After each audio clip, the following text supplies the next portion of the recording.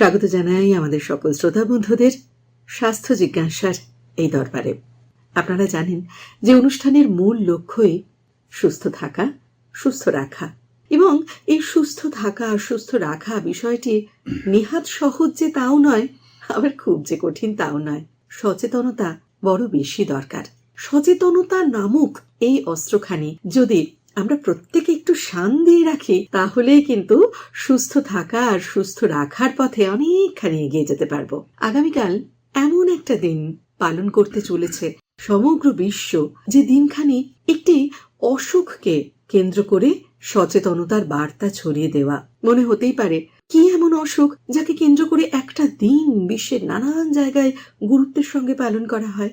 28শে জুলাই বিশ্ব হেপাটাইটিস দিবস, এবং এই দিনটিকে শুধুমাত্র একটি দিনের মধ্যে সীমাবদ্ধ নয়, 365-র মধ্যে বাকি 364 দিন যাতে মানুষ সতর্ক হন, সাবধানে থাকেন, সচেতনতা বার্তাগুলি ছড়িয়ে দেন, সেই সব কিছু থাকে লক্ষ্য। তাহলে মনেই হয় যে আমাদেরও জানা দরকার হেপাটাইটিস নামক রোগখানি সম্বন্ধে কি কি জানা উচিত, কি কি মানা উচিত। এই সব কিছু আজকের আমাদের স্বাস্থ্য জিজ্ঞাসার আলোচ্য বিষয়। স্টুডিওতে আমাদের সঙ্গে উপস্থিত রয়েছেন বিশিষ্ট লিভার রোগ বিশেষজ্ঞ ডাক্তার কিংশুক দাস। ডাক্তারবাবু, স্বাগত জানাই। নমস্কার, শুভ সন্ধ্যা শ্রোতা বন্ধুরা। আবার আপনাদের মধ্যে ফিরে আসার সুযোগ পেয়ে খুব আনন্দ লাগছে। আপনাদের এই পরবর্তী সময়টা আমরা নিশ্চয় আপনাদের সঙ্গে আলোচনা করব, আপনাদের সঙ্গে জানবো। আর যেরকম শর্মিষ্ঠা বললেন, মানে ওর চেয়ে আর ভালোভাবে তো বলা হয় না, আমাদের সবাইকে সচেতন হতেই হবে। আর সেই সচেতন হওয়ার একটাই স্লোগান, জানবো, বুঝবো, জিতবো রে। সেই স্লোগানটা মাথায় রেখে আমরা এগিয়ে চলি, যাতে আমরা হেপাটাইটিসকে জানি, বুঝি আর জিততে পারি। বাহ, সত্যি জানবো, বুঝবো এবং জিতবো। আপনার কাছ থেকে জানা এবং বোঝা, এই দায়িত্বটা আমাদের রইল।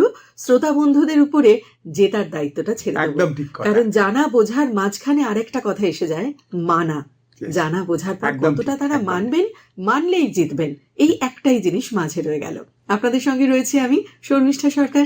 আপনারাও আছেন রেডিও সেটের অপর প্রান্তে। জানি ডাক্তারবাবু, এই যে একটা দিন 28শে জুলাই সমগ্র বিশ্ব জুড়ে পালন করা হচ্ছে, এতটা গুরুত্ব কি বা আছে যে একটি দিন হেপাটাইটিসকে নিয়ে পালন করা? হ্যাঁ, আসলে হয়েছেটা কি, যে এই হেপাটাইটিস মানে লিভারের প্রদাহ।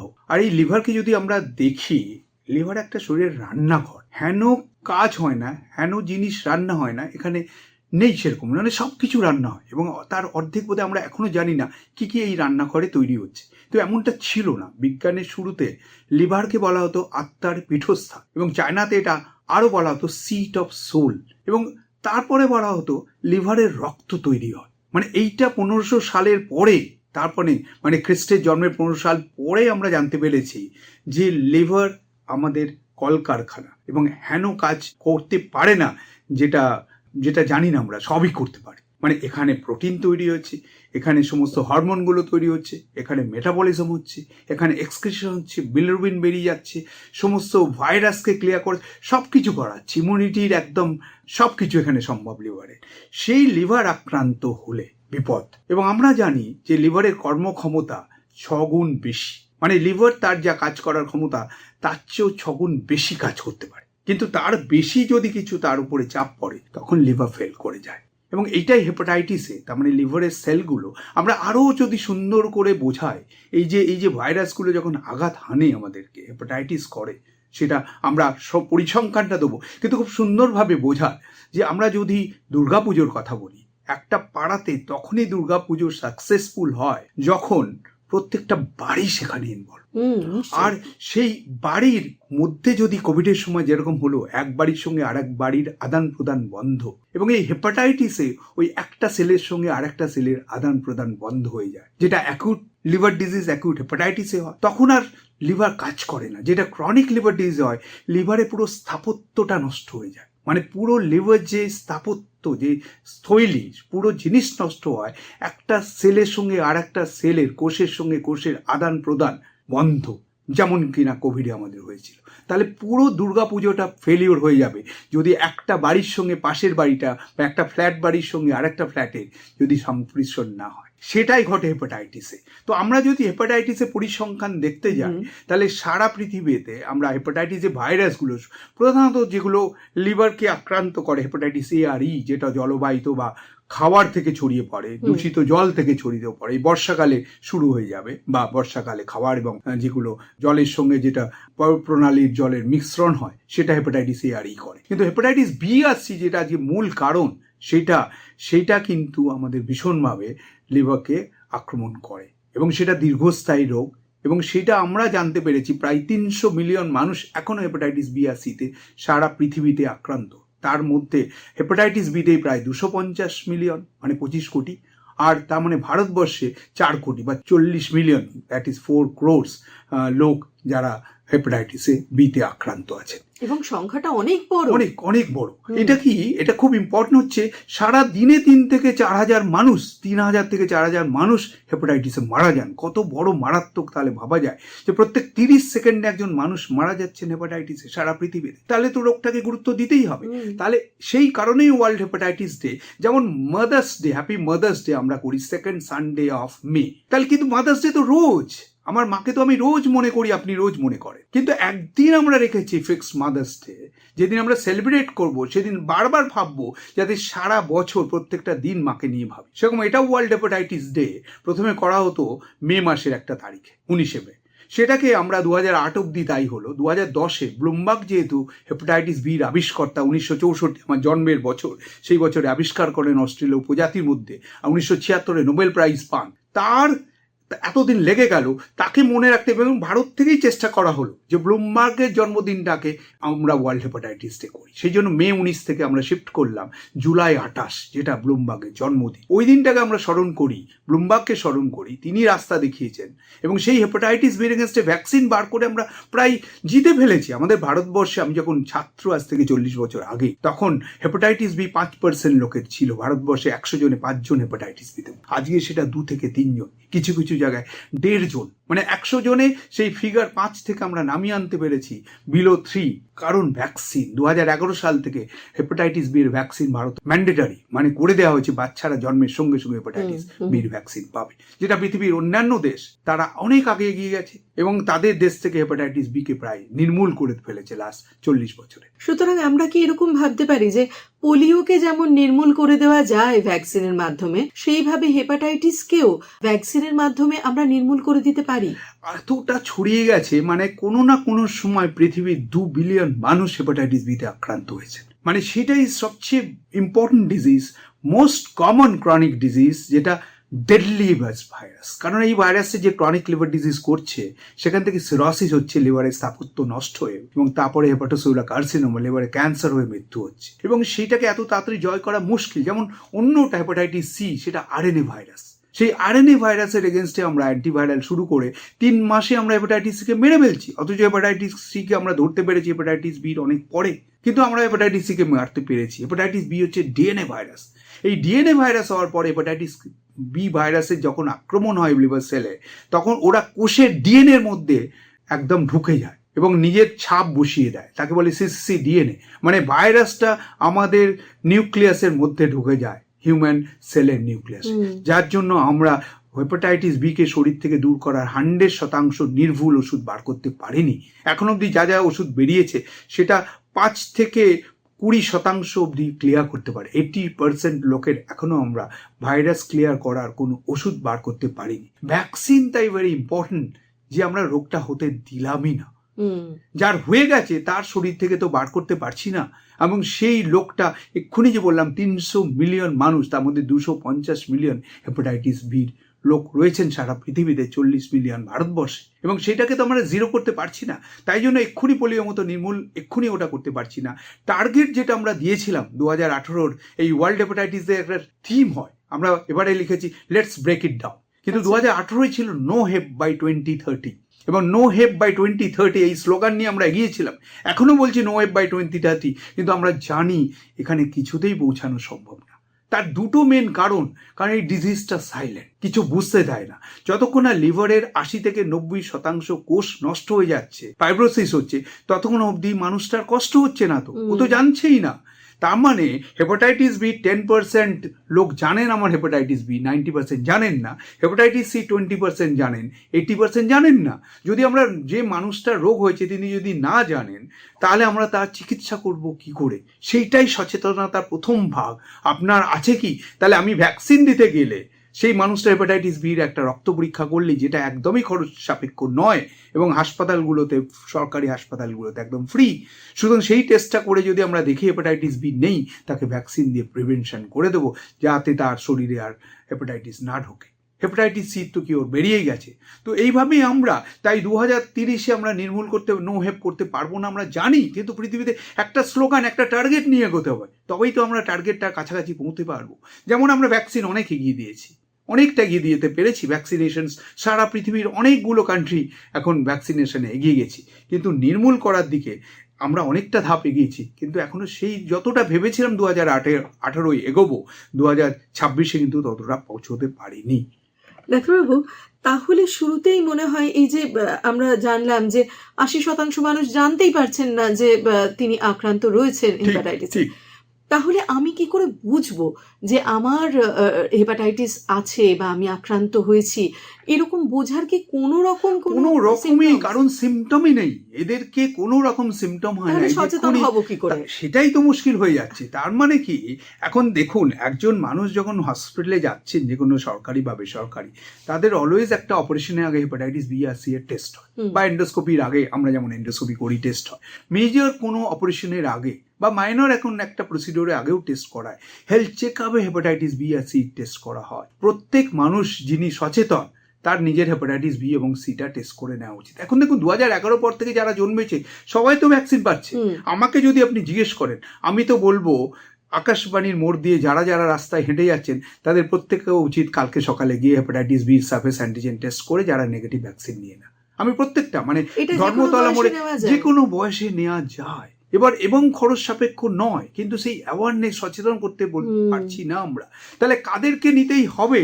যাদেরকে ভ্যাকসিনটা নিতেই হবে, যেমন আমি বললাম যে যারা জন্মালো তাদের তো এমনিই পাচ্ছে, যারা ধরুন 20 বছর 30 বছর, যারা 2011 আগে জন্মে গেছে, তারা যারা অ্যাক্টিভ আছে, যারা ধরুন হেলথ প্রফেশনের সঙ্গে যুক্ত, একজন সিস্টার্স, একজন ব্রাদার্স, একজন ডক্টর, একজন যারা আগে নেয়নি, তাদেরকে নিতেই হবে। একজন যিনি ডায়ালিসিস মেশিনের সঙ্গে কাজ করেন, তাকে নিতে হবে। যিনি একটা মেন্টাল হসপিটালে আছেন, মেন্টাল ইনস্টিটিউটে আছেন, যেখানে হাইজিনটা মেনটেন হওয়া সম্ভব না মেন্টাল পেশেন্টদের, সেখানে নিতেই হবে। তো এরকম যারা ট্যাটুর সঙ্গে, প্রফেশনের সঙ্গে যুক্ত, তাদেরকে নিতেই হবে, কারণ তারা তো অলওয়েজ নিডল এক্সপোজার্স, তাদের সুযোগটা রয়েছে। সেই জন্য যারা এগুলো সেলুনে যারা কাজ করেন, তারা তো অলওয়েজ এক্সপোজ। যেন যারা সেলুনে যাচ্ছেন, আমি এটা নিয়ে অলওয়েজ বলি, হেপাটাইটিস বি বা সি পেশেন্ট যারা আছেন পজিটিভ, তারা সেলুনে, প্রথম আমার অ্যাডভাইস হয় সেলুনে গিয়ে চুলটা কাটবেন না। আমাদের ছড়ানোর ভারতবর্ষে কমনেস্ট হচ্ছে সেলুন থেকে হেপাটাইটিস বি আর সি ছড়িয়ে যাওয়ার, সেটা কমনেস্ট না। মার থেকে বাচ্চার বা বাচ্চা থেকে বাচ্চার চেয়ে সেলুন হচ্ছে কমনেস্ট মোড অফ ট্রান্সমিশন। একে বলে inapparent parental transmissions. 0.0001 ml of blood ওই ইনঅ্যাপারেন্ট প্যারেন্টাল ট্রান্সমিশন হয়। মানে আপনার ধরুন চুল কাটছেন, ওই যে সিজারটা, সেইটা যে কাঁচিটা বা ব্লেডটা যদি রিউজ হয়, বা কাঁচিটা তো স্টেরিলাইজ হচ্ছে না, হয়েই থাকে, ওই জলটা যে গরম হতে স্টেরিলাইজ হয় না, তখন রাখা হয় না। তো সুতরাং আপনার আগের জন যে কেটে গেল, সে হয়তো হেপাটাইটিস বি পজিটিভ, তার হয়তো ডিএনএ লেভেলটা হাই আছে, যার ট্রান্সফার।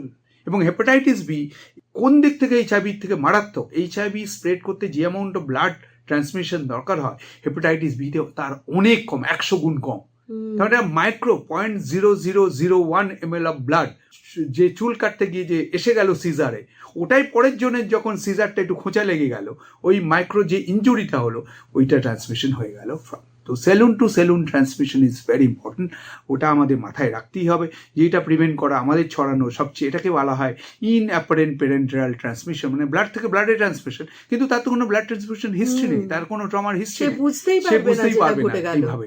তো সেইটা মাথায়, সেই জন্য ভ্যাকসিন ইজ ভেরি ইম্পর্টেন্ট। ওটাই আমাদের অস্ত্র, যতক্ষণ আমরা হেপাটাইটিস বি কে ক্লিয়ার করা কোনো ডেফিনিট ওষুধ খুঁজে পাচ্ছি। তাহলে একটা জিনিস জানতে চাইবো, তাহলে আমাদের শ্রোতা বন্ধুদের মধ্যে একটা বড় অংশ প্রান্তিক এলাকায় থাকেন, গ্রামে থাকেন, তাদের পক্ষে সবসময় কলকাতা এসে পৌঁছানো সম্ভব হয় না। একদম হেপাটাইটিস বি এর ভ্যাকসিন সরকারি হাসপাতালে নিশ্চয়ই একদম সহজলভ্য। একদম সহজলভ্য। কোনো মানুষ যদি চান তিনি কি নিজে না গিয়ে না, বললেই সেটা হবে? দিলে হবে না। এটা সেটা একটু যে জানবো। জন্মাচ্ছে, যে বাচ্চা নতুন জন্ম হলো, সে পেয়ে নবজন্ম, যাবে। সে পাবে। হুম, কিন্তু সাধারণ মানুষ গিয়ে সঙ্গে সঙ্গে আমার ভ্যাকসিন চাই, হুম, যতক্ষণ না ডাক্তারবাবু প্রেসক্রাইব লিখে দিচ্ছেন ততক্ষণ তার পাওয়ার, কারণ এটা জেনারেল এখনো সবাইকে দেওয়ার মতো আমাদের সেই হেলথ থেকে সেইটা অত করে ওঠা সংখ্যায় নেই। সম্ভব হয়নি। সেই হুম, হুম। সেই অতটা আমাদের এখনো আমরা এগোতে পারিনি যে আমরা সবাইকে ভ্যাকসিন দেওয়ার মতো করতে পারবো।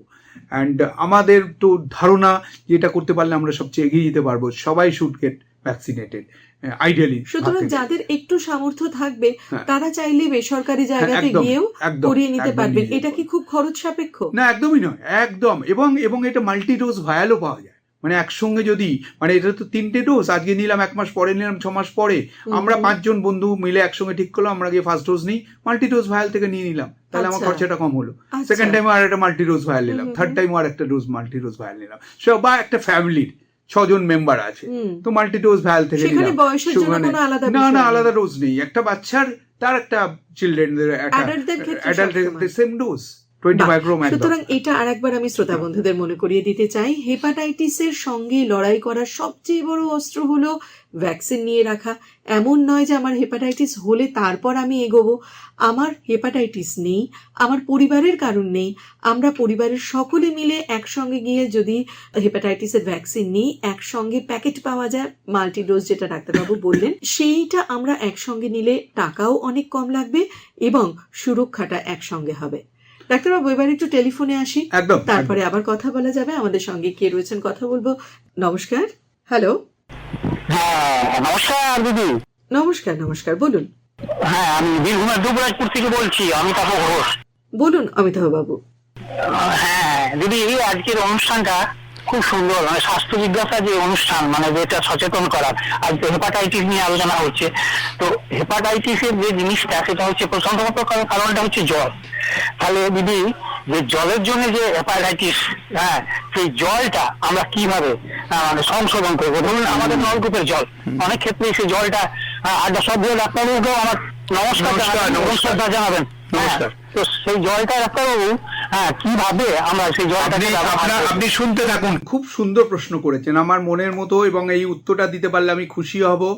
সেটা হচ্ছে, আমি চলে যাই প্রত্যেকটা গ্রামে, সেটা দুবরাজপুর হোক আর সেটা এগরার গ্রাম হোক, বা সেটা পুরুলিয়ার একটা ঝালদার কাছেও, তো সেই গ্রামে পুকুরটায় দেখা যায় কি, ওই গরু মোষও স্নান করছে, কাপড়ও কাচ্ছি, থালা বাসনও ধুচ্ছি, আবার ওখানে পুরনো খাবারটাও ভুল করে ফেলে দিচ্ছি।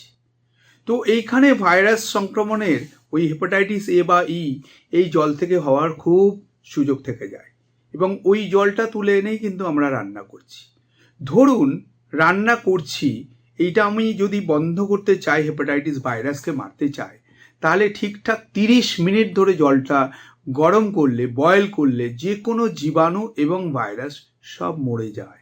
খুব দরকারি কথা বললাম। 30 মিনিট, যারা পুকুরের জলটাই খাচ্ছেন, বা যে নলকূপটা একদম শিওর নয় যে এটা জলটা পরিচ্ছন্ন কিনা, একদম বিশুদ্ধ কিনা, 30 মিনিট। কিন্তু সত্যিকারের কি 30 মিনিট জল গরম করা মানুষের পক্ষে সম্ভব? অতটা সময় আছে না, অতটা খরচ আমরা করতে পারবো? এছাড়া কিন্তু উপায় নেই। আরও অসুবিধে কোথায় জানেন তো? আপনি ধরুন আপনার জলটা যেটা খাবেন সেটা গরম করলেন 30 মিনিট, যে জলটায় বাসনটা ধোবেন, আপনি ধরুন পুকুরে বাসনটা ধুন না, কিন্তু বাড়িতে ওই পুকুরের জলটাই বালতি করে তুলে এনে রাখেন, আর আপনি যদি নিজে করছেন ভালো, বা আপনার কাজের লোক যদি বাড়িতে থাকে, সেটা আমাদের শহরেতেও আছে।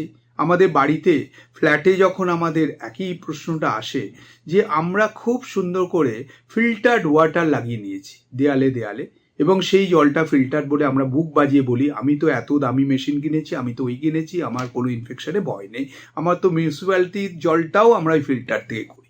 কিন্তু যখন আমার থালা বাসনটা আমি ধুচ্ছি, বা আমার মেয়ের ধুচ্ছেন, তিনি কিন্তু ওদেরই ধুয়ে দিয়েছি বলে চলে গেলেন, কিন্তু আমি খেয়াল করলাম না ওইটা কিন্তু পরিষ্কার পরিচ্ছন্ন জলে কিন্তু আমার কাবেরই ধুইনি। আমার কিন্তু ওই বাসনটা থেকে হেপাটাইটিস এ বা ইর সংক্রমণের একই রকম সুযোগ রয়ে গেল। তাই খুব প্রশ্ন করেছেন ভালো দুলালবাবু ফ্রম দুবরাজপুর, এবং আপনার প্রশ্নের উত্তর হচ্ছে কি ওই জলটাকে সুন্দর করে বয়েল করতে হবে, ফুটিয়ে খান। আগেও বলা হতো না ডায়রিয়া হলে জল ফুটিয়ে খান 20 মিনিট মিনিমাম। আমি 30 মিনিট বললাম যদি সেটা করা যায়, না করলে 20 মিনিট করা।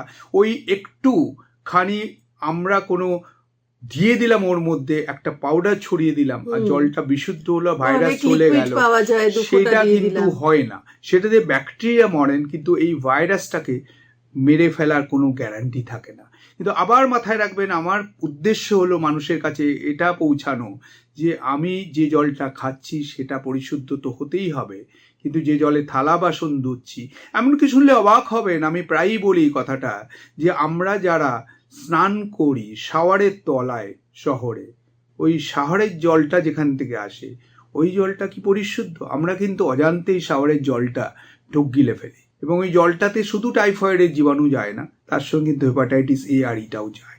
এবং আমরা অনেকগুলো এপিডেমিক, আমি নাম বলে কাউকে ছোট করব না, আমরা কলকাতা কেন, উত্তরপাড়া কেন, হিন্দমতর কেন, সবগুলো জায়গাতে বছরের পর বছর এপিডেমিক দেখেছি হেপাটাইটিস এ আর ই ভাইরাসের, যেগুলো একটা পার্টিকুলার এরিয়ায় 100টা বাড়ি, 200টা বাড়ি, 500টা বাড়িতে হয়েছে। সেম জলের সাপ্লাই, এই যে সময়টা প্রণালীর সঙ্গে খাওয়ার জলের পাইপলাইনের একটা সিম্পল ফাটলে ওই জলের মিক্সটা হয়ে যাওয়ার ফলে একটা থেকে hepatitis A R E virus ছড়িয়ে পড়েছে। আমাদের মাথায় রাখা দরকার, কয়েকটা ভাইরাস মাত্র আমাদের শরীরের লিভারকে সংক্রমণ করিয়ে মৃত্যুর দিকে ঠেলে দিতে পারে। আর হেপাটাইটিস এ এখন তো জাস্ট ইয়ং অ্যাডাল্টস, 18, 20, 22, 25, 27, সেই বয়সে আমাদের তো হাইজিন বেড়ে গেছে, আমাদের ছোটোবেলায় আমরা হেপাটাইটিস এর এক্সপোজার পাই না, তার জন্য আমাদের বডির ইমিউনিটি তৈরি হয় না, প্রতিরোধ ক্ষমতা তৈরি হয় না। আমরা শুরু থেকেই জন্ম থেকে এসিতে থাকছি। আমি দুবরাজপুর থেকে একটু এদিকে চলে এলাম, আমি এখন দুবরাজপুরেও অনেক ছোট বাচ্চারা বড় হচ্ছে যারা এসি ঘরে, এবং ছোট থেকেই যে এসি ঘরে বড় হচ্ছে, ওরকম হাইজিনিক ফুড খাচ্ছে বাবা মার হাতে, সুন্দর করে আমার ছেলে মেয়ের কোনো সংক্রমণ হতে দেবো না, স্কুলেও পাঠাচ্ছে ওই জলটা খুব ভালো বিশুদ্ধ। তাদের ওই 20-30 বছর যেই কর্মজগতে এসে গেল, সঙ্গে সঙ্গে he or she is expose to the unhygienic habits. সে হয়তো এখানে হস্টেলে থাকে কলকাতায়, বা একটা কর্পোরেট ওয়ার্ল্ডে ঢুকেছে, আইটি সেক্টরে কাজ করে, সেটা 5 জন মিলে একটা বাসা নিয়েছে, অথবা ডেলিভারি নেয় ফুড বয়ের কাছ থেকে। সেই যে বয় দিতে গেল খাবারটা, সেই খাবারটা কতটা হাইজিন রইল শিওর না। তার যখন হেপাটাইটিস এ হচ্ছে, ভাইরাস ঢুকছে, বডি তো ওই ভাইরাসের এগেনস্টে অ্যান্টিবডি তৈরি করেনি ছোটোবেলায়। আগে তো আমরা যখন ছোট থেকে বড় হয়েছি, আমরা সবাই হেপাটাইটিস এ ভাইরাসে ভুগেছি, এবং সাইলেন্ট ছিল, তখন বডি ইমিউনিটি অ্যান্টিবডি তৈরি করেছিল, হেপাটাইটিস এ আমাদের কোনো ক্ষতি করেনি। আজকে আমার হেপাটাইটিস এ হবে না, কিন্তু আজকে যে 20-30 বছর বয়স, তাদের মধ্যে অনেকেই মৃত্যুর দিকে ঢলে পড়ছে হেপাটাইটিস এ ভাইরাস থেকে, অ্যাকুট লিভার ফেলিওর হয়ে। সেই জন্য হেপাটাইটিস এ ভাইরাসেরও ভ্যাকসিন পাওয়া যায়, হেপাটাইটিস এ ভাইরাসেরও ভ্যাকসিন বাচ্চাদের দেওয়া হচ্ছে এখন, 1 বছরের বয়সে দেওয়া যায়, এবং 6 মাসের সেকেন্ড ডোজ, দু ভাইরাসের 2টো ডোজ হেপাটাইটিস এ ভাইরাস। এবং আমরা হেপাটাইটিস বিতে যে ভ্যাকসিন দিই তার সঙ্গে এই ভাইরাসটা একসঙ্গে মিশিয়েও দেওয়া যায়, সঙ্গে এই ভাইরাসেরও ভ্যাকসিন আছে, অ্যাডাল্টদেরও দিচ্ছি আমরা হেপাটাইটিস এ ভাইরাসের ভ্যাকসিন। তাহলে ডাক্তারবাবু, আমাদের হেপাটাইটিস এ, হেপাটাইটিস বি, এই দুটির ভ্যাকসিন নিয়ে রাখাই উচিত। হেপাটাইটিস ই এর ক্ষেত্রে কি করা যাবে? না, হেপাটাইটিস ই এরও ভ্যাকসিন এসে গেছে, সবাইকে নিতে হয় না, আমরা বাচ্চাদের দিই না, কিন্তু হেপাটাইটিস ই ভাইরাসের ভ্যাকসিন যেটা এসে গেছে, এ আর বি তো দিচ্ছি আমরা, এরও ভ্যাকসিন দিচ্ছি পার্টিকুলার রোগ। বি তো সবাইকে দিতেই হবে, যে ক্রনিক ডিজিজ করে, ক্যান্সার করে, তাকে দিতেই হবে। হেপাটাইটিস এ দিতে পারলে ভালো, বাচ্চাদের যেহেতু হচ্ছে না এখন, সেই জন্য আমরা বলছি যে 1 বছরের মাথায় দাও, আর তার 6 মাস পরে সেকেন্ড ডোজ দাও। আমরা অ্যাডাল্টদের, যাদের ধরুন ক্রনিক লিভার ডিজিজ আছে অলরেডি, সিরোসিস, তাদের কিন্তু আমরা হেপাটাইটিস এর ভ্যাকসিন দিয়ে দিচ্ছি, যাতে ওর হেপাটাইটিস বি আছে অলরেডি, তার ওপরে সিরোসিস হয়ে গেছে, তার ওপরে যদি হেপাটাইটিস এ দিয়ে আক্রমণ হয় তাহলে বাঁচাতে পারবো না। তাদের বলে acute on chronic liver failure, already তার সিরোসিস আছে, তার ওপরে এসে আরেকটা ভাইরাস আঘাত হানলো, তার মৃত্যু ত্বরান্বিত করে দেবে। তো তাকে হেপাটাইটিস এ ভাইরাসের ভ্যাকসিন দিতে হবে। আর হেপাটাইটিস ই ওরকমভাবেই, যার ক্রনিক লিভার ডিজিজ আছে, তাকেও হেপাটাইটিস ইর এগেনস্টে আমরা ভ্যাকসিন কলকাতায়, এখন ইন্ডিয়াতে অ্যাভেলেবেল হয়ে গেছে, তো আমরা দেওয়া শুরু করেছি। বেশ, আমরা আরো একটা টেলিফোনে আসতেই পারি। কে রয়েছেন? নমস্কার। নমস্কার। নমস্কার, নমস্কার। আমি রাজবুলহাট হুগলি জেলা থেকে বলছি, জগন্নাথ দে। বলুন জগন্নাথ বাবু। আচ্ছা, বলছি যে হেপাটাইটিস বি এর মানে প্রতিকার কি আছে? প্রতিকার বলতে খাওয়া দাওয়ার ব্যাপারে বা আরো অন্য কিছু কিভাবে আটকানো যায়? খুব ভালো প্রশ্ন করেছেন। প্রতিকার তো এক এবং উত্তর ওটাই ভ্যাকসিন নিয়ে না। একবার যদি হয়ে যায়, আপনি যে বললেন কোনো খাওয়া দিয়ে কি ভাইরাসকে আটকানো যায়, ওই hepatitis A R E virus আটকানো যায়, যে আমি বিশুদ্ধ জলটা খেলাম, ফুডটা ইনফেক্টেড না সেটা। হেপাটাইটিস বি আর সি তো খাওয়ার থেকে ছড়ায় না। আর কোনো খাওয়ারই সুস্বাদু খাবার এবং সুষম খাবার খেতে হবে, কিন্তু সেদ্ধ খাওয়ার কোনো রোল নেই। আপনি আমার মুখ থেকে প্রশ্নের উত্তরটা খুব দরকারি। দেখবেন গ্রামগঞ্জ কেন, শহরেও বড় বড় শিক্ষিত মানুষরা পর্যন্ত ভুল ধারণা বশবর্তী, যা জন্ডিস হলে সেদ্ধ খেতে হয়। এটা একদম ভুল ধারণা। একজন মানুষের যদি জন্ডিস হয়েও যায়, তখন লিভার সেলগুলো ভেঙে যাচ্ছে, কোষগুলো, সেই সময় লিভার সেল ভাঙার সময় আমাদের ইন্টারলিউকিন তৈরি হয়, যেটা অনীহা করে, তীব্র ক্ষুধামন্দতা করে, মানে খিদে চলে যায়, গা বমি দেয়। ওটা লিভার সেল নেক্রোসিসকে ইন্ডিকেট করে যখন বিলিরুবিন বাড়ছে। কারো কারো আবার বিলিরুবিনও বাড়ে না, এসজিপিটি বাড়ে। সেই সময় খালি রোগীকে খাবার কমিয়ে দিতে হবে। তার যদি বমি হয় আর খেতে ইচ্ছে না করে, তাকে ভর্তি করে স্যালাইন দিতে হবে। কিন্তু সেদ্ধ খাওয়ার কোনো রোল নেই লিভার ডিজিজে। জন্ডিস কিছুতে কমাতে পারে না। সেই মানুষটা যে খেতে পারে, যে মানুষটা জন্ডিস হয়েছে, তাকে সুষম খাদ্য, পুরো খাদ্য, তার যদি নর্মাল একটা মানুষের প্রোটিন রিকোয়ারমেন্ট 1 গ্রাম পার কেজি হয়, ধরুন 60 কিলো যার ওজন, 60 গ্রাম প্রোটিন যদি নর্মাল দরকার হয়, তার জন্ডিস হলে 90 গ্রাম প্রোটিন দিনে লাগবে। তার মানে প্রোটিন আরো বাড়াতে হবে, 1.5 গুণ করতে হবে।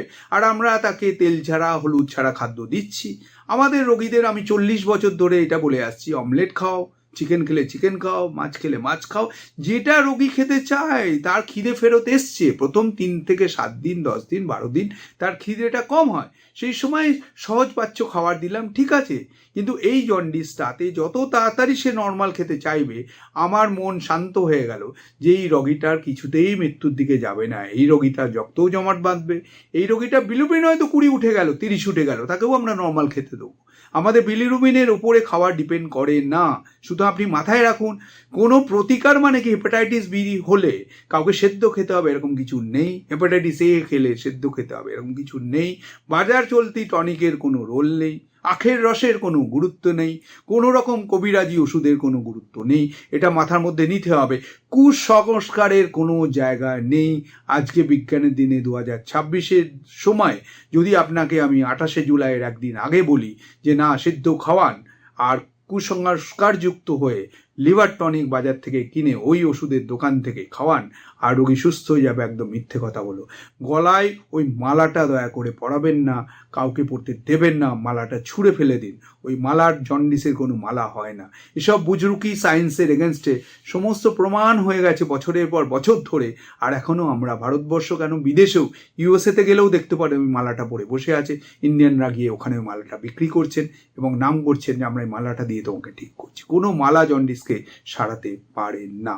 তাহলে যদি আক্রান্ত হয়েই যান, জন্ডিস এবং লিভারের বাকি যে রোগগুলি নিয়ে আলোচনা হচ্ছে, সেক্ষেত্রে করণীয় কি? অর্থাৎ আগে তো বুঝলাম prevention is better than cure, vaccine নেওয়াটা ভালো। তারপরেও আমরা যদি হেপাটাইটিস এ আর ই থেকে, আগে হেপাটাইটিস এ আর ই এবং বিতেও সিতেও হলেও হয়, যদি বিলিরুবিন খুব বাড়ছে, আমরা তো বিলিরুবিনের লেভেলে শুধু মানুষটা মারা যান না, রক্তের লিভারে অনেক কাজ এক্ষুনি বললাম। যেমন বিলিরুবিন সে এক্সক্রিট করতে পারছে না, ইউরিন দিয়ে বার করে দিতে পারছে না শরীর থেকে, সেরকম সে প্রোটিন তৈরি করতে পারছে না, মানে রক্তে অ্যালবুমিন কমে যাচ্ছে, পেটে জল জমে যাচ্ছে, এর সঙ্গে রক্ত জমাট বাঁধছে না। কোয়াগুলেশন ফ্যাক্টর তৈরি করে লিভার, যেটা নাম প্রথম্বিন টাইম।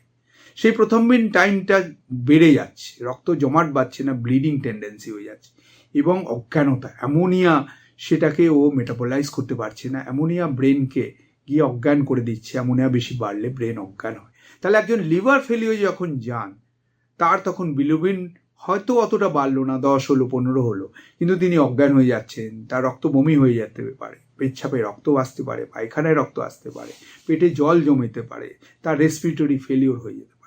এইগুলো চিকিৎসা করতে হবে। তাহলে আমরা এগুলো বাধা দেওয়ার জন্য পুরোপুরি তো একদম নির্ভুল ওষুধ হয় না।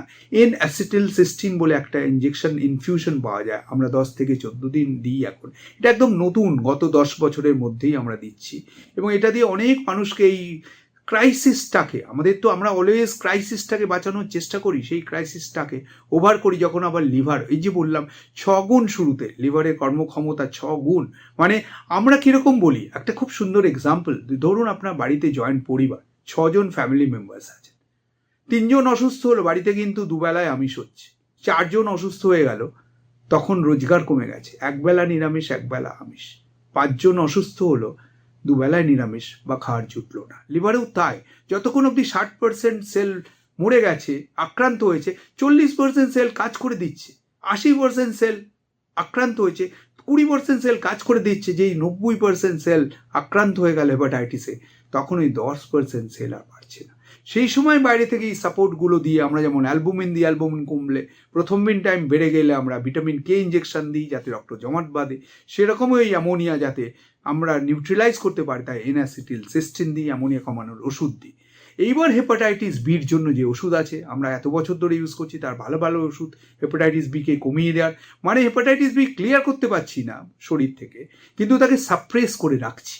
মানে সাপ্রেস যদি আমরা দাবিয়ে রাখি, ধরুন হেপাটাইটিস বি ভাইরাস ডিএনএ আমরা 1 লাখের ওপরে চিকিৎসা করতাম, এখন 20,000-এর ওপরের আমরা চিকিৎসা করে দিই, এবং সেটা করলে এখন WHO গাইডলাইন্স বলছে ইভেন তোমার যদি একটাও ভাইরাস থাকে তুমি চিকিৎসা করো, যদি তিনি মোটাসোটা হন, তিনার যদি ডায়াবেটিস থাকে, তার যদি অন্য কোনো ডিজিজ থাকে, তাহলে একটা ভাইরাস থাকলেও তাকে ওষুধটা শুরু করে দাও, লাইফ লং ওষুধ। এই ওষুধটা দিলে তো কোনো ক্ষতি নেই, কারণ আমি কেন রিস্ক নেবো যে ওই মানুষটা কোনোদিন আবার ভাইরাসটা বেড়ে ভেতরে ভেতরে ক্যান্সার করলো কিনা। সিরোসিস ছাড়াও এই ভাইরাসটা শুধুমাত্র এই নিউক্লিয়াসের মধ্যে থাকে বলে ক্যান্সার তৈরি করতে পারে। তাহলে আমরা হেপাটাইটিস বির ওষুধটা আমরা দিলে আমরা যদি হেপাটাইটিস বি ভাইরাসের ডিএনএ থেকে কমিয়ে রাখলাম, তাহলে ক্যান্সারের চান্সটা কমে গেল।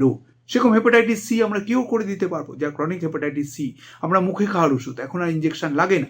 আমি যখন ছাত্র 1980 সালের শেষের দিকে ইন্টারফেরন বলে ওষুধ এলো, সেটা সপ্তাহে 3 বার নিতে হতো ইঞ্জেকশন। তা গ্র্যাজুয়ালি আমরা যখন 2000 সালে পরে, তখন সপ্তাহে একটা ইঞ্জেকশন নিতে হতো। ওই ইঞ্জেকশনটার দাম হেপাটাইটিস সিতে 1.5 বছরে 6 লক্ষ 8 লক্ষ টাকা ছিল, আর এখন 30-40 হাজার টাকায় 3 মাসের মধ্যে হেপাটাইটিস সিকে দূর করতে পারি। হেপাটাইটিস বি এর ওষুধের দাম বেশি না, 1000 থেকে 1500 টাকা মাসে খরচা পড়ে, সেটা লাইফ লং হলেও বেশিরভাগ মানুষই পারেন এখন, এবং তারা নেন।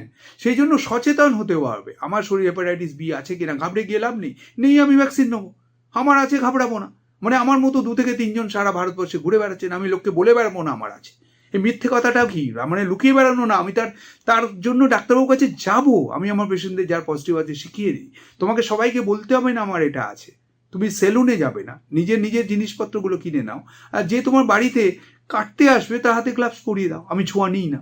মিথ্যে কথা বলে তাকে সেভ করছো, তাকে বলো তুই ভ্যাকসিন নে, আমার নেওয়া হয়ে গেছে, কিন্তু তোমার তো নিয়ে লাভ নেই, তুমি তো ইনফেক্টেড অলরেডি, কিন্তু তুমি মিথ্যে কথা বলে আরেকজনকে বাঁচিয়ে দিলে, কারণ তার যাতে না হয়। কিন্তু তুমি সেলুনে গিয়ে যদি কাটো, তোমার কাছ থেকে আরেকজনের স্প্রেড করে যাবে। তাহলে তোমাকে মাথায় রাখতে হবে, হেপাটাইটিস বি যদি তোমার থাকে, তুমি সমাজে অচ্ছুত নও, আমাদের সচেতন হতে হবে, হেপাটাইটিস বিকে জানতে হবে। আমার নেই, আমি ভ্যাকসিন নেবো, আমার পাশের লোকটাকে ভ্যাকসিন দিয়ে দেবো। আমার আছে, আমি লোকে বলে বেড়াবো না আমার আছে, তাহলে আমাকে লোকে অচ্ছুত বানাবে, আমি অচ্ছুত হতে চাই না। আমি কাজকর্ম সব নর্মাল করব, আমার খাওয়া দাওয়া সব স্বাভাবিক, আমি পড়াই তাহলে পড়াবো, আমি খেলি ফুটবল আমি খেলবো, আমি কর্মজগতে কাজ করি আমি কাজ করব, কিন্তু আমি রেগুলার ডাক্তারবাবুর কাছে চেক আপ। আমাদের কাছে 6 মাস অন্তর তার একটা টেস্ট হয়, একটা আলট্রাসোনোগ্রাফি করে দেখি ক্যান্সার হচ্ছে কিনা, আর একটা ক্যান্সারের ব্লাড টেস্ট করি, আর তাকে ওই হেপাটাইটিস বির ওষুধটা দিয়ে রাখি। এবার একটা মারাত্মক ইম্পর্টেন্ট তথ্য দেবো, যেটা বলবো প্রত্যেকবার আমি আসি আর বলি। 1980 সালের সময় যখন আমি চিকিৎসা শাস্ত্রে ঢুকলাম, তখন যখন ওয়ার্ডে যেতাম, তখন মাস্টারমশাইদের কাছ থেকে দেখলাম, কারোর যদি হেপাটাইটিস বি কোনো মেয়েদের হয়, সে আর বিয়ে করতে পারবে না। কেউ বিয়ে করেছে তাহলে সে আর প্রেগনেন্সি নিতে পারবে না। কেউ প্রেগনেন্ট হয়ে গেছে, তার বাচ্চা পেটে এসে গেছে, তার হেপাটাইটিস বি ধরা পড়েছে, তার medical termination of pregnancy MTP করতে হবে। এটা 1980 সালে কথা বলছি, এটা তখন ডিকটাম ছিল। আর আজকে যদি 2026-এ বসে কোনো ডাক্তারবাবু কাউকে বলেন তুমি বিয়ে করতে পারবে না, তুমি মা হতে পারবে না, এটা তিনি ক্রিমিনাল অফেন্স করে ফেললেন, অন্যায় করে ফেললেন। সমস্ত মানুষ, একজন মহিলা পুরুষ সবাই ইকুয়ালি নর্মাল লাইফ লিড করবেন হেপাটাইটিস বি যার আছে, যার নেই তিনি ভ্যাকসিন নেবেন।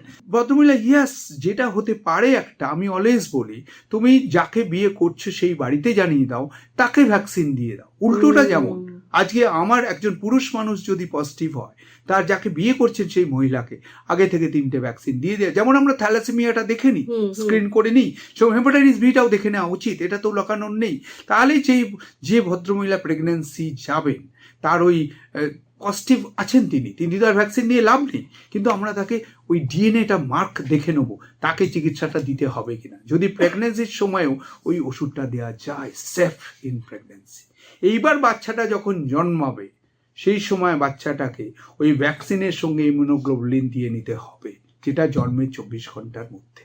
এবং সমস্ত কেন্দ্রে এই দুটো এখন অ্যাভেলেবেল, সমস্ত জায়গাতে, বড় বড় জায়গাতে অ্যাভেলেবেল, সরকারি জায়গাতেও অ্যাভেলেবেল হয়ে গেছে।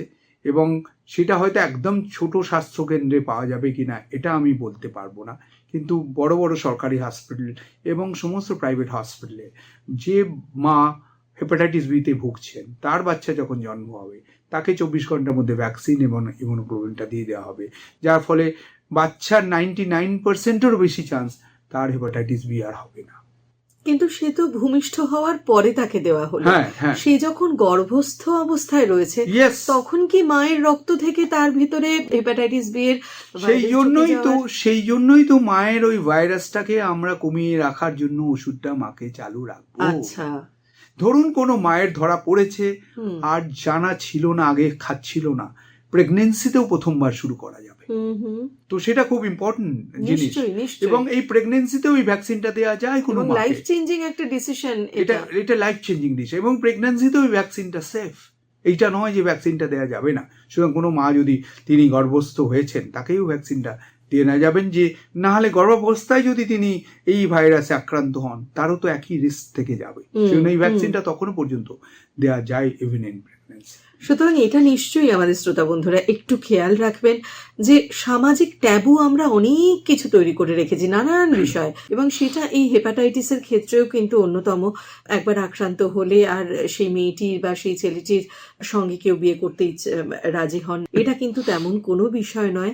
একটা সুস্থ সুন্দর জীবন নিশ্চয়ই যাপন করা সম্ভব হয়, শুধুমাত্র ডাক্তারবাবুদের পরামর্শ মতন চলতে হবে। আমরা টেলিফোনে আসি। নমস্কার। হ্যালো, নমস্কার, বলুন।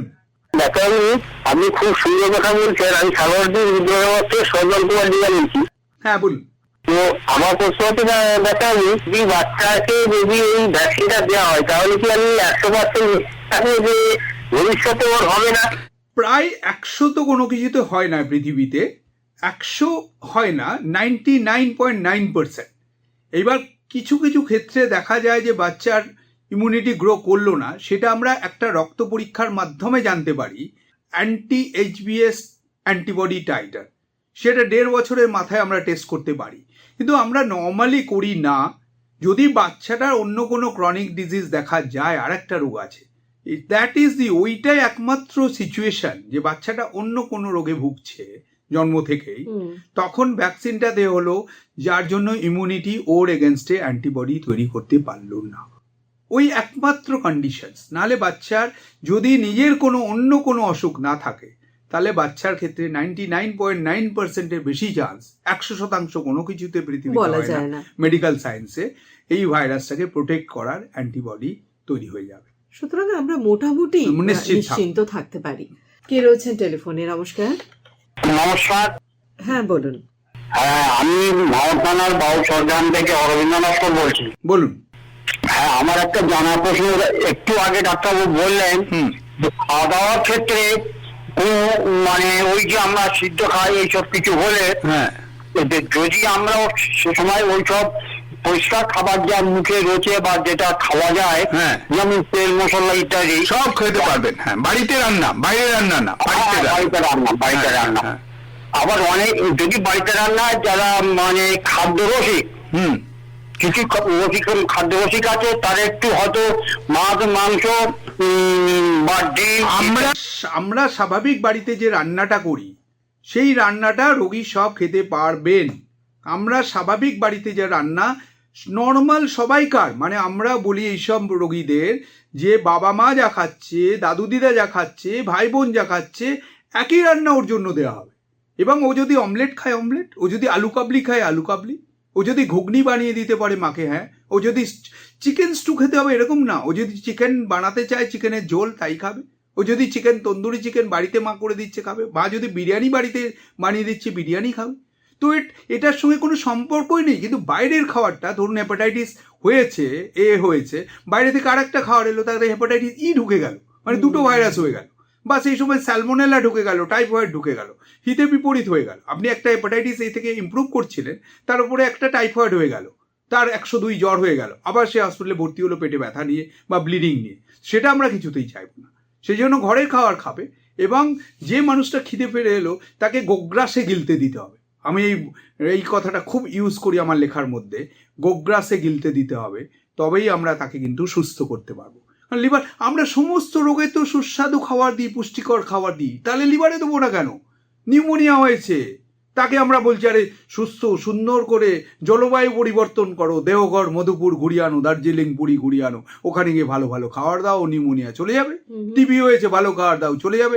যেই বললো হেপাটাইটিস, বললো খাবারটাকে সেদ্ধ করে দাও, হলুদ খেলে নাকি চোখটা হলুদ হয়ে যাবে। এই চোখের হলুদ যেতে তো 3 সপ্তাহ সময় লাগে। আমার রক্তের বিলিরুবিন কমছে, কিন্তু চোখের হলুদ তো চোখ যে স্টেন হয়ে গেছে, তো কর্নিয়াটায় ইলাস্টিন আছে, ওখানে তো বিলিরুবিন আটকে আছে, তাহলে 3 সপ্তাহ তো চোখ হলুদ। আপনি কি করে বাইরে থেকে বল, আরে ডাক্তার মিথ্যে বলেছে, ওই জন্ডিস তো তোর কমেনি, রক্ত ভুল রিপোর্ট এসছে, তুই এখনো ওটাকে সেদ্ধ খা।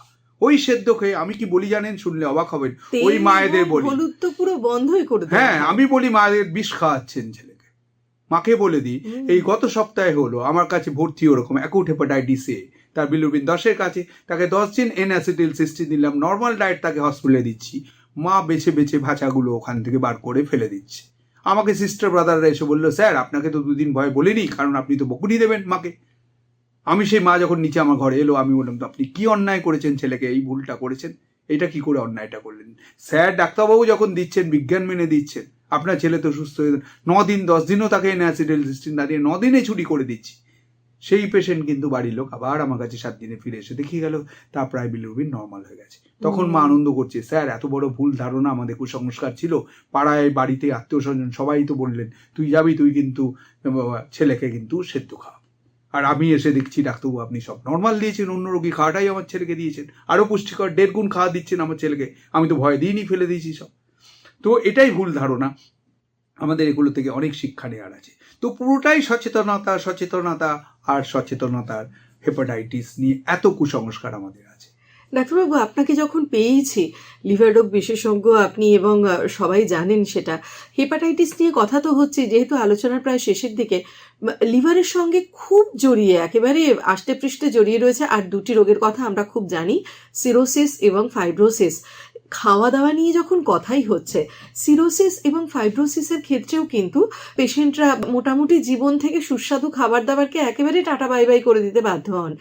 তাদের ক্ষেত্রে খাবার দাবার ওটাই তো একই, মানে আমার যখন অ্যাকিউট হেপাটাইটিস হচ্ছে, হেপাটাইটিস A আর E বা B আর C তেও যদি হয়, তখন লিভার সেলটা অ্যাকিউটলি ফেল করছে। আর যখনই ক্রনিক দীর্ঘস্থায়ী রোগ, মানে 6 মাসে বেশি হয়ে গেছে, তখনই তো লিভার সিরোসিসের স্টেজ হচ্ছে ফাইব্রোসিস দিয়ে যাওয়া। মানে একবার লিভারে ফ্যাট হলো, লিভারে ফাইব্রোসিস গ্রেড 1, গ্রেড 2, গ্রেড 3 আর গ্রেড 4 ফাইব্রোসিস মানে সিরোসিস। ফাইব্রোসিসের যেটা লাস্ট স্টেজ সেটা সিরোসিস। তো তাকে তো সুস্বাদু খাবার দিতে হবে। এক্ষুনি যে বললাম, নর্মাল রিকোয়ারমেন্ট অফ প্রোটিন হচ্ছে 1 গ্রাম পার কেজি পার ডে। 60 কিলো ওজনের মানুষ 60 গ্রাম প্রোটিন খাবে। তার লিভারের রোগে, এই সিরোসিস রোগের প্রোটিনের requirement 1.5 grams per day, 90 grams. তার মানে তিনি যদি একটা মাছ খেতেন, 2টো মাছ খাবে। তাহলে কখন তাহলে তার প্রোটিনটা কমাবো? একমাত্র তিনি অজ্ঞান হয়ে আমার কাছে কোমাতে ভর্তি আছেন ভেন্টিলেটারে, তখন ওইটুকু সময়ের জন্য তাকে ভেজিটেরিয়ান প্রোটিন দেবো, অ্যানিমাল প্রোটিনটা দেবো না। মাছ মাংস না দিয়ে প্রোটিন কিন্তু সেম থাকবে, আমার protein will be 60 to 90 grams. কিন্তু তখন আমি অ্যানিমাল প্রোটিন থেকে অজ্ঞানতা বাড়ে বেশি, ভেজিটেরিয়ান প্রোটিন থেকে অজ্ঞানতা বাড়ে না। তাই ভেজিটেরিয়ান প্রোটিন করে দেবো। তাকে তো আর ওইভাবে মুখে খাওয়াতে পারছি না অজ্ঞান, তাকে যে রাইলস টিউবে খাওয়াবো সেই খাবারটা যাবে, তাকে হেপাটিক ডায়েট বলে। আমাদের যে একদম ফর্মুলা ফিড বলি, তাতে হেপাটিক রিসোর্স বা হেপাটিক ডায়েট আছে, সেই ডায়েটের মধ্যে ওই ফর্মুলাটা থাকে, যাতে সমস্ত প্রোটিন যাচ্ছে, কোনো প্রোটিন কম যাচ্ছে না, এবং ক্যালকুলেট করে মানে 1.5 গ্রামস পার কেজি করে যাচ্ছে। তো সেই জন্য সিরোসিস ফাইব্রোসিস আপনার ভাষায় পেশেন্টদের প্রোটিন দিতেই হবে। সুতরাং তাদের জীবনে সুস্বাদু খাবারকে টাটা বাই বাই করার কোনো দরকার একদম নেই। দরকার নেই। বাড়িতে যেমন ঘরে সবাই যা খাবেন তাই খাবেন। এইখানে মাথায় রাখতে হবে আমাদের কেয়ারফুল যাতে এই থেকে আমরা না যাই। একজন সিরোসিস মানুষের সেই হিসেবে যদি তারা তো শেষ স্টেজে আসেন, গুরুত্ব দেন না, সাইলেন্ট থাকে ডিজিজটা। সেই জন্য আমাদের কাছে একজন যদি আজ হঠাৎ করে একটা গলব্লাডার অপারেশনের সময় ধরা পড়ে সিরোসিস আছে যেটা সাইলেন্ট, তার মৃত্যু আর বছরে 1%। তো যে কোনো ডিজিজে তো মানুষ 1% মারা যেতে পারে। তো একজন 40 বছরের মানুষ 1%, তাকে আপনার সিরোসিস হয়ে গেছে না, সিরোসিস মানে মৃত্যুর লেখা দেখে ফেললাম এরকম নয়। আমার কাছে তো মানে আমি বলে কেউ না, যারাই আমরা স্পেশালিস্ট তাদের কাছে একজন সিরোসিস মানুষ 20-30 বছরও বেঁচে রয়েছেন। তাহলে তিনি হয়তো প্রথম দফাই ডায়াগনোসিস হয়েছে। এবং এখন যেটা হয়েছে, যেটা আমরা ছাত্রাবস্থায় জানতাম না, একদম সিরোসিস মানে আর রিভার্সেবল না, পুরো উল্টো। সিরোসিস ইজ রিভার্সেবল, মানে আমার স্থাপত্য নষ্ট হয়ে গেছে, আবার স্থাপত্য ফিরিয়ে আনছি। এটা 2003-এ জানা গিয়েছিল। ডক্টর পয়নার্ড বলে একজন বিজ্ঞানী হেপাটাইটিস সিকে যখন চিকিৎসা করলেন, দেখা গেল তাদের সিরোসিসটা আবার রিভার্ট ব্যাক টু নর্মাল হওয়া শুরু হয়েছে। সেটা আমরা অ্যালকোহল যখন ছেড়ে দেয় একজন মানুষ সিরোসিসে, তার লিভারটা ফেরত আসে। যারা হেপাটাইটিস বি কিওর হয়ে গেল, বডি থেকে চলে গেল, তার ফেরত আসে। হেপাটাইটিস সি ফেরত আসে। সেরকম ফ্যাটি লিভার ডিজিজ, মোটা সোটা মানুষ 120 কিলো ওজন, উনি বিরাটিক সার্জারি করেছেন বা নিজে ওজন কমাতে পেরেছেন, 80 কিলো হয়ে গেছেন, বা 90 কিলো মানুষ 60 কিলো হয়ে গেছে, তার লিভার সিরোসিস ফেরত এসে নর্মাল হয়ে যাচ্ছে। তো সুতরাং সিরোসিস ইজ রিভার্সেবল। আমরা যে ছাত্র অবস্থায় পড়েছি 40 বছর আগে, একবার সিরোসিস মানে জীবনের শেষ, একদমই নয়। সিরোসিস আরেকটা রোগ, ইটস এ ক্রনিক ডিজিজ। আপনি ডায়াবেটিসের চিকিৎসা করছেন, ক্রনিক কিডনি ডিজিজ করছেন, মাল্টিপল স্ক্লেরোসিস করছেন, হার্টে ইসকিমিয়া আছে, স্টেন্ট আছে, সিরোসিস আছে, আপনার একটা ডায়াগনোসিস। এটা নিয়ে নর্মাল খান দান বেড়ান ঘুরুন, কিন্তু ডাক্তারবাবুর তত্ত্বাবধান একজনের কাছে ফলো আপে থাকতেই হবে। তিনি বুঝবেন ওই 6 মাস অন্তর ব্লাড টেস্ট আল্ট্রাসাউন্ডটা করে, একটু সন্দেহ হলেই, কারণ ওই যে হেপাটোসেলুলার কার্সিনোমা 3 সেন্টিমিটার অব্দি তো কিছুই না, ওই ক্যান্সারটা 3 সেন্টিমিটার অব্দি তো যে কোনো সময় আপনার রেডিওলজিক্যাল মাধ্যমে বা সার্জারির মাধ্যমে মিনিটের মধ্যে উধাও করে দেওয়া যাবে এখনকার বিজ্ঞান। আমরা এখন 8 সেন্টিমিটার 9 সেন্টিমিটার মতো লিভার ক্যান্সার যদি ছড়িয়ে না পড়ে, শুধু লিভারে থাকে, তাহলে পর্যন্ত তাকে লিভার রিসেকশনস করে বা লিভার ট্রান্সপ্লান্ট করে নর্মাল করে দিতে পারে। তাহলে বিজ্ঞান এত বেরিয়েছে, চিন্তা থাকে না যে ফেরত আসার। না। সুতরাং এটা একটা খুব বড় জিনিস। শ্রোতা বন্ধুরা নিশ্চয়ই আশ্বস্ত হলেন শুনে যে আমাদের কাছে একটা ভ্রান্ত ধারণা আছে সিরোসিস বা ফাইব্রোসিস এগুলো মানে লিভারের যতটা খারাপ হয়ে গেল ততটা গেল, আর ফেরত আসবে না। আপনি বলছেন সেটা সম্ভব? একদম। লিভার তো রিজেনারেটস, ওই তো বড় বড় জিনিস। এটা লিভার রিজেনারেটস 6 টাইমস। মানে আজকে যে লিভার ট্রান্সপ্লান্ট করি, কি করে করি? একজন লিভার কেটে তো আরেকজনকে দিই। তাহলে যার নর্মাল যিনি বেঁচে আছেন তার কেটে আরেকজনকে দিলাম, তাহলে তিনি কি করবেন? তিনি তো 6 সপ্তাহ থেকে 3 মাসের মধ্যে নর্মাল হয়ে গেল ওই লিভারটা গ্রো করে। তা 6 মান্থসে পরে গেলে তো আর ওই চিহ্নটা, খালি লিভার কাটা হয়েছে চিহ্নটা দেখা যাবে, বাকি তো লিভারের ছবি নিলে দেখা যাবে লিভারটা তো আগের অবস্থায় পুনরায় ফিরে গেছে। তো লিভার রিজেনারেটস টু ইটস নর্মাল। তো সেই জন্য লিভারকে তো সুযোগ দিতে হবে। সেই জন্য সেদ্ধ খাওয়ার কোনো রোল নেই। যদি কুসংস্কার হয়, ওই ইয়েস লিভারের রোগ আছে, তিনি অ্যালকোহল খেলে চলবে না, তিনি স্মোক করলে চলবে না, তাকে সুষম খাবার খেতে হবে, শাকসবজি খেতে হবে, ফিজিক্যাল ফিটনেস।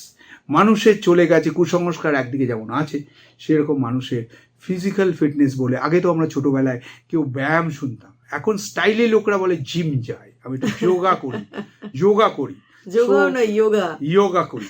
প্রাণায়াম করি। তো সেইগুলো আমাদের ফিজিক্যাল ফিটনেস। এখন কেউ আর ফুটবল মাঠে যায় না, কেউ ফুটবল খেলে না আজকাল, আর কাবাডি কেউ খেলে না আজকাল, দৌড়ঝাঁপ কেউ করে না। সেইগুলোকে করতে হবে, ফিজিক্যাল ফিটনেস করতে হবে, তবে লিভারকে ভালো রাখতে পারবো।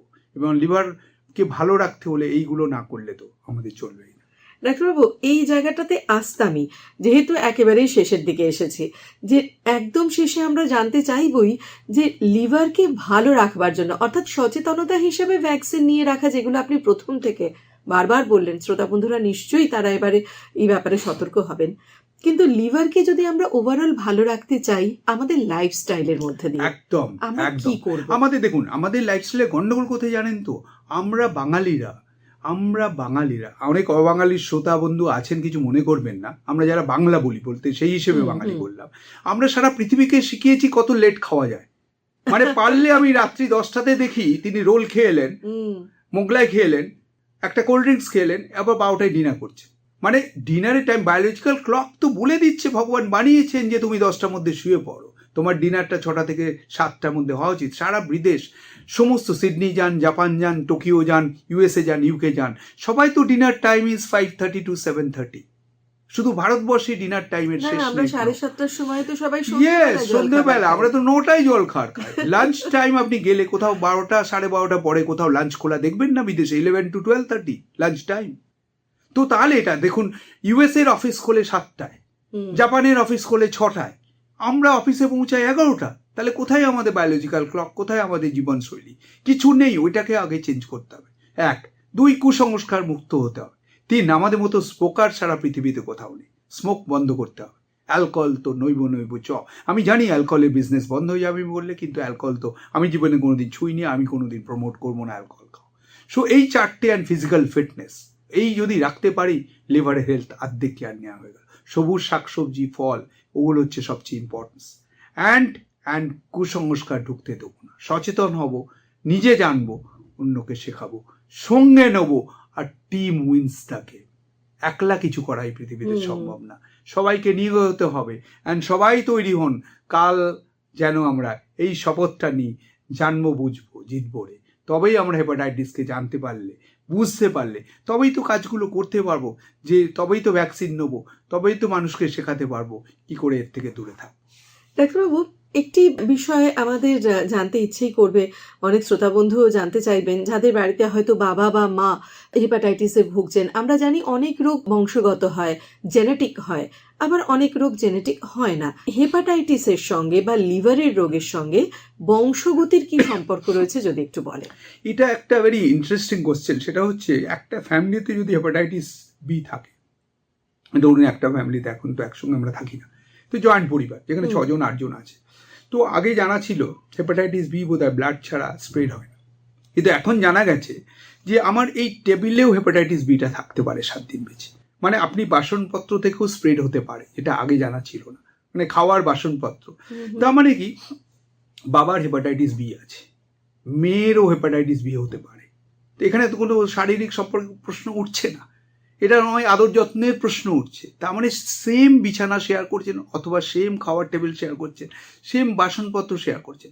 তার জন্য বলি কি, 2 বোন ভীষণ, বা যমজ বোন, বা 2 বান্ধবী, তারা কানের দুল শেয়ার করেন, হাতের বালা শেয়ার করেন, ঠিক বলছি একদম, বা নাকছবি শেয়ার করেন, এসব চলবে না। একজনের যদি হেপাটাইটিস বি থাকে, ওই মাইক্রো যে বললাম ব্লাড একজনের থেকে আরেকজনের স্প্রেড হয়ে যাবে। একটা বাচ্চা যখন খেলে, আপনার জেনেটিক কথাটা হলো বলে এই কথাগুলো বলছি, একটা পরিবারের যদি 2 জন 3 জন খেলছে বাচ্চা, এবং একজনের যদি হেপাটাইটিস বি কোনোভাবে হয়ে গেছে, মায়ের কাছ থেকে এসছে, 4 জন 5 জনের কাকা কাকি, জেঠু জ্যাঠা, মাসি পিসি সবাই একসঙ্গে থাকে, সেখানে একটা বাচ্চার যদি চোট লেগে থাকে হাঁটুতে, আর একটা বাচ্চা ওই মুখ থেকে থুতু দিয়ে ওই চোটটাকে, ওখানে থুতুটা লাগালো, ঠিক হয়ে যায়। আমরা ছোটবেলায় ভাবে মানুষ হয়েছি, কেয়ারিং, ওইখানে ওই বাচ্চাটার তো ওখানে ভাইরাসটা আছে, তো একজনের থেকে আরেকজনের স্প্রেড হয়ে গেল, একে বলে প্যারেন্টাল ট্রান্সমিশন। তো তার মানে জেনেটিক ট্রান্সমিশন ওইভাবে হচ্ছে না, মার থেকে বাচ্চার হচ্ছে ভার্টিক্যাল ট্রান্সমিশন। হরাইজন্টাল ট্রান্সমিশনটা ওই যে একজনের থেকে আরেকজনের স্প্রেড করছে বাই ইনঅ্যাপারেন্ট প্যারেন্টাল ট্রান্সমিশন, যেটা থালা বাসন দিয়ে হতে পারে, জামা কাপড় থেকে হয়ে যেতে পারে, কিন্তু এটা কিছুতেই হ্যান্ডশেকে ছড়ায় না, কিছুতেই আলিঙ্গনে ছড়ায় না। ধরুন এটা আমার আছে, আপনি আমাকে জড়িয়ে ধরলেন, ও বসে আছে আমাকে জড়িয়ে ধরলো, এখান থেকে ছড়াবে না। আমি আপনাকে হ্যান্ডশেক করলাম, আপনি আমাকে হ্যান্ডশেক করলেন, ছড়াবে না। তাহলে করমর্দনে, আলিঙ্গনে ছড়াবে না, প্রণামে ছড়াবে না। ওই জন্য বলা হয় কি, একসঙ্গে যদি একটা ফ্যামিলিতে 7-8 বছর ধরে আছি, 10 বছর আছি, chance of increasing, that's clustering of hepatitis B in the same family happens not by genetic transmission but horizontal transmission, একজনের কাছ থেকে আরেকজনের হয়েছে। বেশ, আমরা একদম শেষে, আর হয়তো আমাদের হাতে 2 মিনিট সময় রয়েছে ডাক্তারবাবু, একদম শেষে বলবো, আগামীকাল সারা বিশ্ব জুড়ে পালন করা হতে চলেছে বিশ্ব হেপাটাইটিস দিবস। তার প্রাক্কালে সকলের উদ্দেশ্যে আপনার বার্তা। এ লড়াই জিততেই হবে, এ লড়াই জেতার জন্য আমরা এগিয়েছি, এবং সেই লড়াইটা একদিনের লড়াই নয়, এটা সারা বছরের সারা মুহূর্তের লড়াই। সেই লড়াইয়ে কুসংস্কারে পা আমরা দেব না, আমরা জানবো, আমরা জিজ্ঞেস করব, যেটা জানি না সামনের মানুষটাকে জিজ্ঞেস করব, সামনের ডাক্তারবাবুকে জিজ্ঞেস করব, সামনের ভালো ওষুধের দোকানের মানুষটাও আছেন যেখানে অনেক শিক্ষিত কেমিস্ট বসেন, তিনিও আপনাকে গাইড করবেন। তারপরে ভ্যাকসিনের জন্য, হেপাটাইটিস বির জন্য একটা টেস্ট করে নেবো, করে আমার নেগেটিভ থাকলে ভ্যাকসিন নেবো, পজিটিভ থাকলে ডাক্তারবাবু পরামর্শ নেবো। হেপাটাইটিস সি যার হয়েছে কিন্তু চিকিৎসা নিতে পারবেনি। প্রতিরোধটা খুব ইম্পর্টেন্ট হয়ে দাঁড়াচ্ছে, যাতে ছড়িয়ে না পড়ে হয়ে দাঁড়াচ্ছে, সেটার জন্য সবাই মিলে উঠে পড়ে রাখতে হবে যাতে এটা একজনের কাছ থেকে আর একজনের না ছড়ায়। আর আমরা নিজেদের হেলথকে তো দেখবই, এক্ষুনি বললাম ওভারওয়েট কিছুতেই হব না, আমরা স্মোক করব না, অ্যালকোহল করব না, সুষম খাবার খাবো এবং জীবনটাকে একটু নতুন করে বাঁচতে শিখবো, যেন ঠিক মতো আমার বায়োলজিক্যাল ক্লকটাকে মেনটেন করি। তবেই আমরা লিভারের জন্য কিছু করতে পারবো বলে নিজেকে ধন্য মনে করব। অনেক ধন্যবাদ ডাক্তারবাবু, আপনাকেও নমস্কার। এতটা সুন্দর সময় আমাদের দিলেন, এত ভালো করে বুঝিয়ে বললেন। ঠিক। সুস্থতার পথে কয়েক ধাপ আমরা এগিয়ে যেতে পারবো যদি মানি। অনেক ধন্যবাদ। সবাই ভালো থাকুন, সবাই আবার পরের বছর এই সময় আপনাদের সঙ্গে আবার নিশ্চয় সুযোগ পাবো আসার, তাহলে আবার এসে আপনাদের সঙ্গে অনেক গল্প হবে, অনেক কথা না বলা রয়ে গেল পরের বছরের জন্য। নমস্কার।